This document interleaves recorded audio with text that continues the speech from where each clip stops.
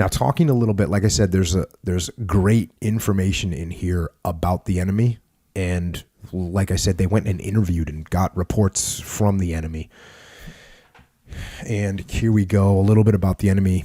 Back to the book. The soldiers commanded by Brigadier General Chu Hui Man had been training for more than 18 months. When they joined the People's Army, each recruit was issued 2 khaki shirts, 2 pairs of khaki trousers, a sewing kit, and a pair of Ho Chi Minh sandals cut from used tire trucks. Those uniforms were expected to last 5 years. Basic training lasted 13 weeks, 6 days a week, 6 a.m. to 9:15 p.m. The instructors emphasized weapons and tactics, the hows of warfare, while the political commissaires had time set aside each day to lecture on the whys of this war.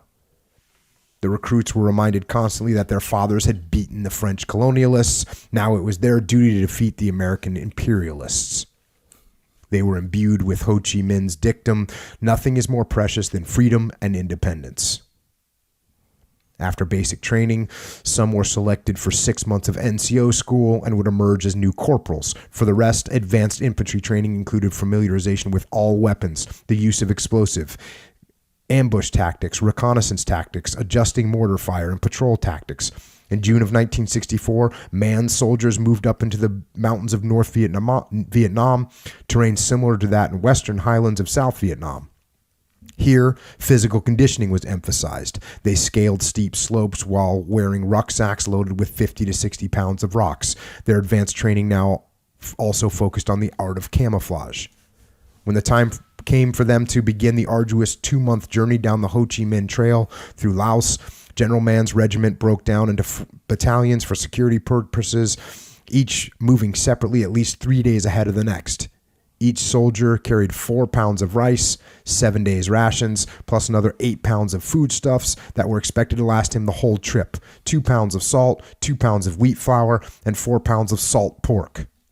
One man in every squad carried the aluminum cook pot that the squad's rice would be boiled in. Each man also carried 50 anti-malaria pills, 1 for each day on the trail, and 100 vitamin B1 tabs to be taken at the rate of 3 per week.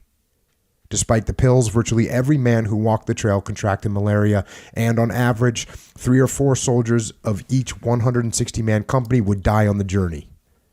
Malaria, diarrhea, accidents, poisonous snakes, and American air raids took their toll. Man's soldiers marched 9 miles each day, the distance between rest camps where they spent each night. Every 4th day, they stayed in camp, taking the day off to rest up, wash their clothes, and tend to minor medical problems. So this is a legit enemy we're looking at. Legit enemy. Organized, well-trained, hard, tough, well-led, and ready. And you can't ever, this is one of the biggest problems with fighting a counterinsurgency is you're going against someone that's fighting on their home turf. Mm-hmm. And that is just, how do you overcome that advantage? Well, you overcome that advantage with firepower and with some technology, but that is a hard advantage to overcome. Yeah.